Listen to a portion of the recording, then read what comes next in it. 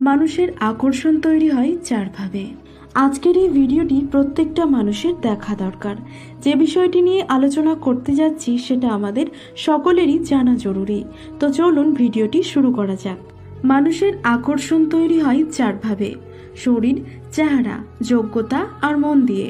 যে আকর্ষণ শরীর বা থেকে তৈরি হয় তার স্থায়িত্ব সবচেয়ে কম। বেশ কিছুদিন তা পেলেই আর কোনো আকর্ষণ থাকে না। এরপর হলো চেহারা। এটার স্থায়িত্ব শরীরের আকর্ষণের চেয়ে বেশি। তবে চেহারা সুন্দর হলে আর সঙ্গী বিশ্বাসী হলে তার প্রতি আকর্ষণ থেকেই যায়। বেশিরভাগ আকর্ষণই চেহারা কেন্দ্রিক হয়ে থাকে। এরপরই টেকসই হলো যোগ্যতার আকর্ষণ। মানুষের যোগ্যতাও এক ধরনের সৌন্দর্য। যোগ্যতার জন্য যে আকর্ষণ তৈরি হয় তার স্থায়িত্ব হয় অনেক বেশি।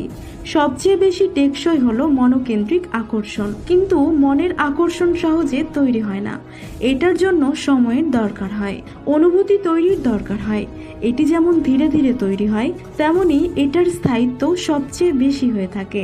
কিন্তু সব আকর্ষণই একসময় কমে যায়।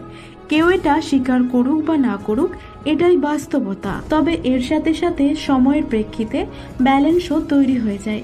আকর্ষণ একসময় গিয়ে পরিণত হয় অভ্যাসে, মায়াতে, দায়িত্বে। সেই অভ্যাসের কারণে, মায়ার কারণে, দায়িত্বের কারণে দুজন মানুষ বাকি জীবন একসাথে পার করে। এই আকর্ষণ, অভ্যাস, মায়া, দায়িত্ব সবগুলোকে মিলেই একসাথে বলা হয় ভালোবাসা।